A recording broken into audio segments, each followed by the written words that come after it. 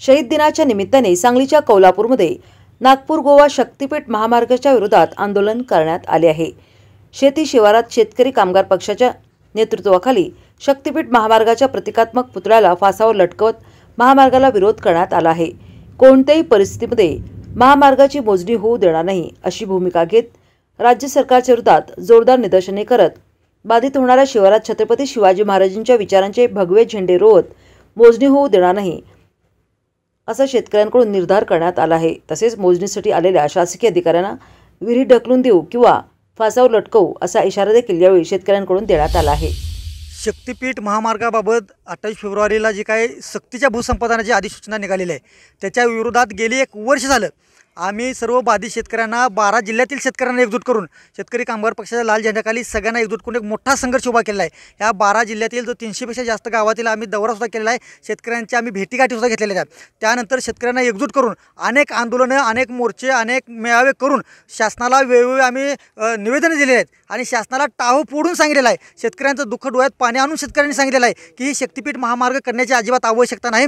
शक्तीपीठ महामार्ग रद्द करावा। शक्तीपीठ महामार्ग करण्यानं आमचं प्रचंड मोठं नुकसान होणार आहे। आम्ही सगळे शेतकरी बेरोजगार, भूमीवर उद्ध्वस्त होणार आहे। तर हा शक्तीपीठ महामार्ग रद्द करावा म्हणून अनेक वेळोवेळी त्यांना सांगून सुद्धा आपल्या सर्वांना माहीत आहे विधानसभेच्या निवडणुकीपूर्वी आदरणीय एकनाथ शिंदे साहेबांनी शक्तीपीठ महामार्ग शेतकऱ्यांना नको असेल तर तो रद्द करणार अशा पद्धतीची भूमिका त्यावेळेला त्यांनी मांडलेली होती। पण आता नवीन देवेंद्र फडणवीस जे काही मुख्यमंत्री झाले त्यांनी मात्र शक्तीपीठ महामार्ग करणारच अशा पद्धतीचा चंगच त्यांनी बांधलेला आहे। आणि मग आता मात्र आम्हाला वावरामध्ये दांडकी घेऊन उभा राहिल्याशिवाय आमची जमीन वाचणार नाही असं आम्हाला जाणवलं। म्हणून आज आम्ही छत्रपतींचा भगवा झेंडा संपूर्ण 12 जिल्ह्यातील बाधित क्षेत्रामध्ये रोवतोय आणि आम्ही सांगतोय छत्रपतींचा झेंडा छत्रपतींचा नुसता भगवा झेंडा नव्हे तर ते आमची अस्मिता आहे आणि छत्रपतींचा झेंडा छत्रपतींचा विचार आमचा आत्मा आहे, आमचा प्राण आहे। आणि तुम्हाला जर आमच्या वावरात यायचं असेल महामार्ग करायचा असेल तर आमचा झेंडा काढावा, म्हणजे आमचा प्राण काढावा, आम्हाला गोळ्या माराव्या आणि मग हा महामार्ग करावा अशा पद्धतीचे केविलवाने विनंती करायला आम्ही आज सगळे शेतकरी बायका मुलासहित आम्ही वावरामध्ये उभा आहोत। असल्या उन्हात तानात आम्ही उभा राहतो आणि केविलांना आम्ही त्यांना साथ देतोय की शक्तीपीठ महामार्ग रद्द करा। ह्याची कारणे आम्ही अनेक वेळा सांगितलेली आहेत। शक्तीपीठ महामार्ग हा रत्नागिरी नागपूरला समांतर महामार्ग आहे। रत्नागिरी नागपूर एवढा भारी महामार्ग असताना आमच्या देवी देवतांच्यापर्यंत जाण्याला चांगला हायवे आहे। आम्हाला कुठेही आमचं नडले नाही, कुठल्याही भक्तानं, कुठल्याही शेतकऱ्यांना, नागरिकानं कुणीही मागणी केली नाही शक्तीपीठ महामार्गाची।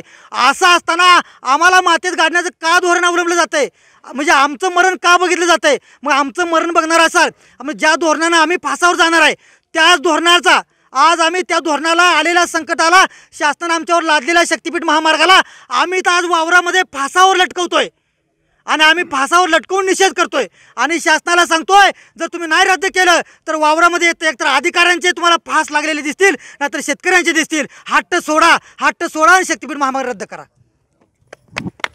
मी भूषण दिनेश गुरव या प्रस्तावित पवनार ते पाथर्डी शक्तीपीठ महामार्गात माझी 5 एकर जमीन जात आहे। शासनाने जे दडपशाहीचं धोरण जमीन भूसंपादन करण्यासाठी लागू केलं आहे किंवा जे लागू करणार आहे ते आम्ही पूर्णपणे उद्ध्वस्त करणार आहे। शासनाचा हा मनसुबा आम्ही उधळून लावणार आहे, कारण ही काही मोगलाई लागून गेलेली नाही। आमच्या जमिनी आमच्या बापजाद्यांनी राखल्यात, त्या जगाला पोसण्यासाठी राखल्यात। शेतकरी हा जगाचा पोशिंदा आहे आणि जर त्या शेतकऱ्याच्या जर जमिनी तुम्ही लाटा लागला आणि त्याच्यावर कंत्राटदारांचं पोट भरण्यासाठी जर तुम्ही हे वेगवेगळे महामार्ग करायला लागला तर शेतकऱ्यांनी जायचं कुठं, शेतकऱ्यांनी हवालदिल व्हायचं का आणि शेतकऱ्यांनी जगाला पोसायचं कसं? माझं सरकारला आव्हान आहे आणि सरकारला विनंती आहे, तुम्ही जर हा प्रस्तावित शक्तीपीठ महामार्ग जर रद्द केला नाही तर जे कोणी संयुक्त मोजणीला जे अधिकारी येतील त्या अधिकाऱ्यांचं जर कमी जास्त काय झालं तर त्याला सर्वस्वी सरकार जबाबदार असेल। आम्ही शेतकरी गप्प बसणार नाही। एकेका अधिकाऱ्याला हाणू, एकेका अधिकाऱ्याला फासाला लावू, एकेका अधिकाऱ्याला आम्ही विहिरीत टाकू, पण आम्ही हा सरकारचा मनसुबा यशस्वी होऊ देणार नाही। शक्तीपीठ महामार्ग